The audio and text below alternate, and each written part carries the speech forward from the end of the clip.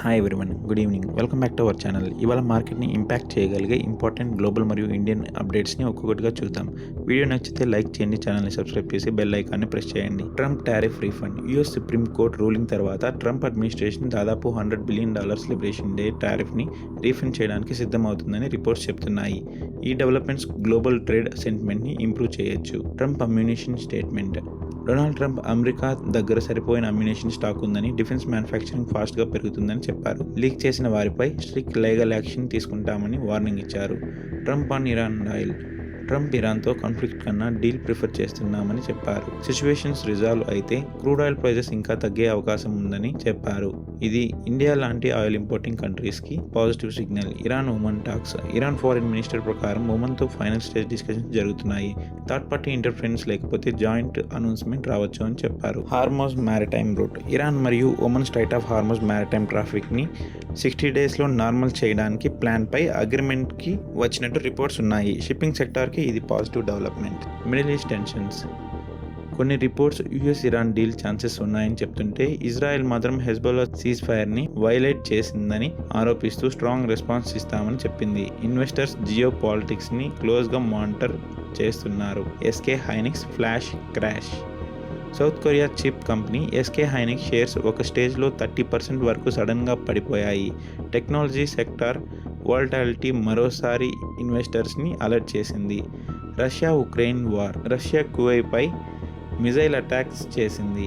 చాలామంది ప్రాణాలు కోల్పోయారు అని రిపోర్ట్స్ చెప్తున్నాయి. ఈ వార్ డెవలప్మెంట్స్ గ్లోబల్ మార్కెట్ సెంటిమెంట్పై ఇంపాక్ట్ చూపించే అవకాశం ఉంది.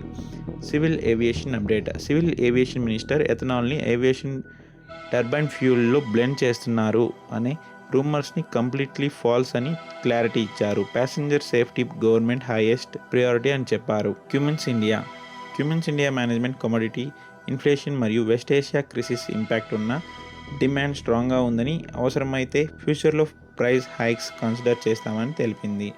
Roof top solar. ఇండియాలో పీఎం సూర్య ఘర్ యోజన కింద 50 lakh roof top solar installations complete అయ్యాయి. ఇంకా 23 lakh హౌస్ హోల్డ్స్ని యాడ్ చేయాలని గవర్నమెంట్ టార్గెట్ పెట్టింది. రెన్యూబుల్ ఎనర్జీ సెక్టార్కి ఇది positive signal. Electrical safety framework. Government electrical safety రెగ్యులేషన్స్ని స్ట్రెంథెన్ చేయడానికి రివ్యూ మీటింగ్ నిర్వహించింది. ఈవీ ఛార్జింగ్ ఇన్ఫ్రాస్ట్రక్చర్ సేఫ్టీపై కూడా స్పెషల్ ఫోకస్ పెట్టారు. LPG levy proposal. Strategic fuel reserve కోసం ఎల్పీజీ సిలిండర్పై ₹18 లెవీ ప్రపోజల్ కన్సిడర్ చేస్తున్నట్లు రిపోర్ట్స్ ఉన్నాయి.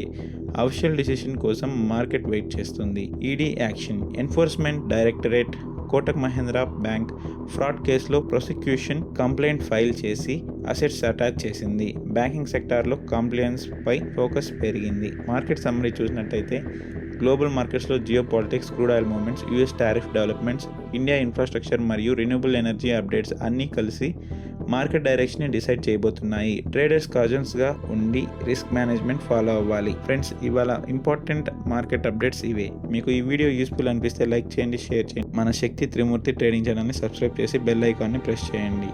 Thank you for watching this video.